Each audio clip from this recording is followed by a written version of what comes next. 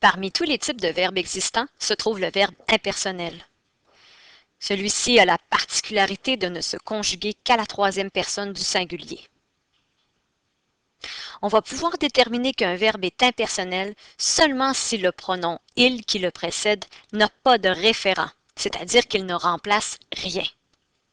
On distingue deux types de verbes impersonnels, les essentiellement impersonnels et les occasionnellement impersonnels. Les verbes essentiellement impersonnels le sont toujours, et c'est le cas, entre autres, des verbes relatifs à la température.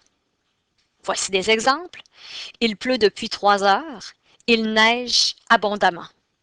En effet, ces verbes exprimant une condition climatique sont toujours accompagnés du pronom « il », et ce « il » ne remplace personne. D'ailleurs, si on faisait l'exercice de remplacer ces pronoms « il » par un nom de personne, on se retrouverait devant des phrases dénuées de sens. Jonathan pleut depuis 3 heures.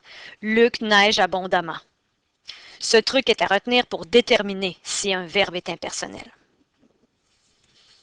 D'autres verbes sont occasionnellement impersonnels, c'est-à-dire qu'ils ne le sont pas toujours et que cela dépend du contexte de la phrase et du pronom « il » qui les précède.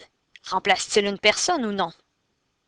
Par exemple, le verbe être, pouvoir et arriver peuvent être occasionnellement employés à la forme impersonnelle, comme dans les exemples suivants. Il est bientôt l'heure de partir.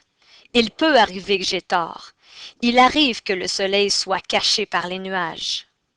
Dans ces cas, effectivement, le remplacement du pronom par un nom de personne fera en sorte que les phrases n'auraient plus de sens. Je ne pourrais pas dire « Éric est bientôt l'heure de partir. Alexis peut arriver que j'ai tort. Gabriel arrive que le soleil soit caché par les nuages. » Et cela confirme que le pronom « il » de ces phrases ne remplace personne et par le fait même que ces verbes sont ici impersonnels.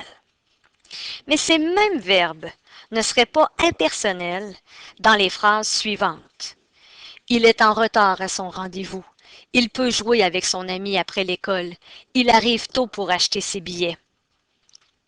Eh bien, ici, le « il » remplace bel et bien une personne.